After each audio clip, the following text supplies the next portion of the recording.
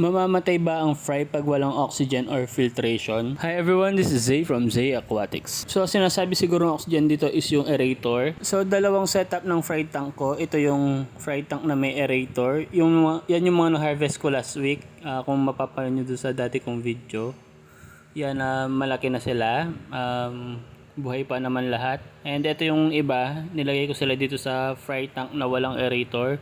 Pero may live plants. So far, buhay pa naman lahat kahit wala silang aerator. Yan. Ang ginagawa ko lang is every time na may poop, tinatanggalan ko. And kung gaano kadaming tubig yung natanggal, ganun din kadami ng tubig yung idadagdag ko. So for me, okay lang sa fry na walang aerator as long as may live plants and laging nawa-water change. So update dun sa nag-drop na platy natin. Yan, wala na siyang na-drop for 1 week. Yan, maliit na rin yung tiyan niya. And ibabalik ko na siya dito sa tank niya. Pwede na siya ulit i-breed dito. And ipapalit ko sa kanya is yung nakita kong platy na medyo malaki yung tiyan dito.